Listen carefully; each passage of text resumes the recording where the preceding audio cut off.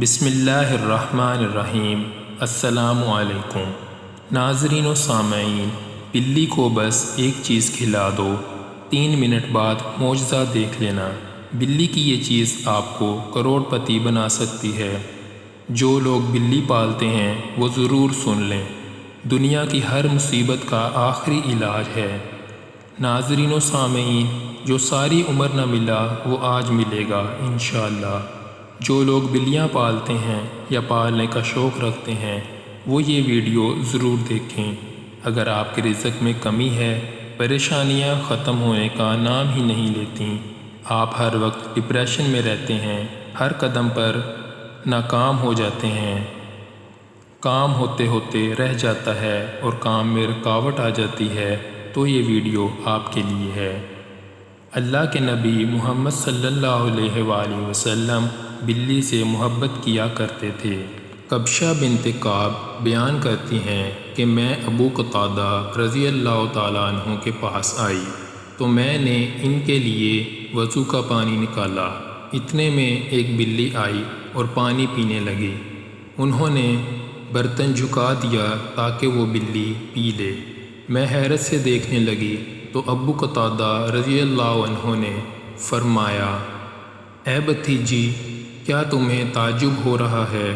رسول اللہ صلی اللہ علیہ وآلہ وسلم نے فرمایا، یہ نجس نہیں ہے، یہ تمہارے پاس بار بار آنے والے جانوروں میں سے ہے۔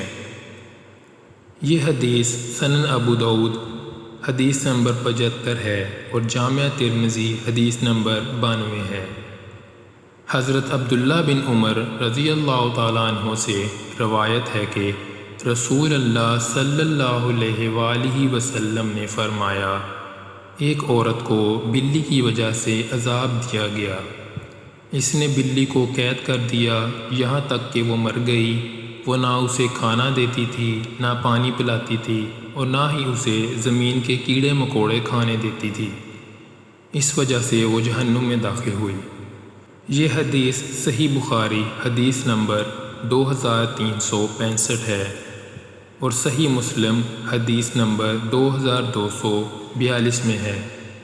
رسول اللہ صلی اللہ علیہ وآلہ وسلم نے فرمایا، بلی ناپاک نہیں ہے، یہ تمہارے ارد گرد گھومنے والے جانوروں میں سے ہے۔ یہ حدیث سنن ابو داؤد حدیث نمبر 75 ہے۔ بلی کو ایذا دینا یا بھوکا رکھنا سخت گناہ ہے۔ بلی پاک ہے اور اس کا جوٹھا بھی پاک ہے۔ بلی کو رحم و محبت سے رکھنا باعث اجر ہے۔ آج اگر ہمارے گھر میں بلی آتی ہے تو ہم اسے مارتے ہیں، بھگا دیتے ہیں۔ آج ہر بندہ رزق کی وجہ سے پریشان ہے اور سوچتا ہے کہ کہاں سے پیسہ آئے گا، ہر وقت ڈپریشن کا شکار رہتا ہے۔ اب میں آپ کو ایک وظیفہ بتانے جا رہا ہوں۔ چاروں کل سورۃ فاتحہ پڑھ کر کسی بھی کھانے والی چیز پر، دودھ یا گوشت یا پانی یا کسی بھی چیز پر جو بلی کھاتی ہے اس پر پڑھ کر کھلا دینی ہے۔ بہتر ہے کہ دودھ یا گوشت کو سامنے رکھ کر 3، 7 یا 11 بار آپ صلی اللہ علیہ وآلہ وسلم پر درود پڑھنا ہے اور اپنے مقصد کی نیت کرنی ہے تاکہ بلی آپ کے لیے دعا کرے اور آپ کا مقصد پورا ہو جائے۔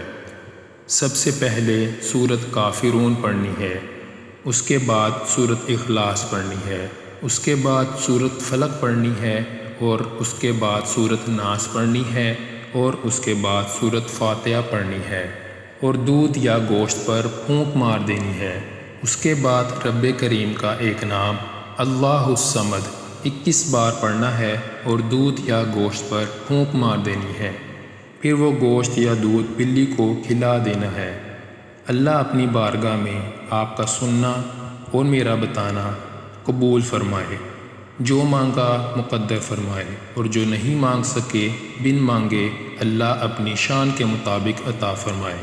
اپنے رزق میں برکت اور وسعت کے لیے اللہ کے 99 ناموں میں سے ایک نام جو آپ کو بہت زیادہ پسند ہے وہ کمنٹ میں ضرور لکھیے گا، اور اللہ کا وہ نام آپ کو کیوں پسند ہے یہ بھی ضرور بتائیے گا۔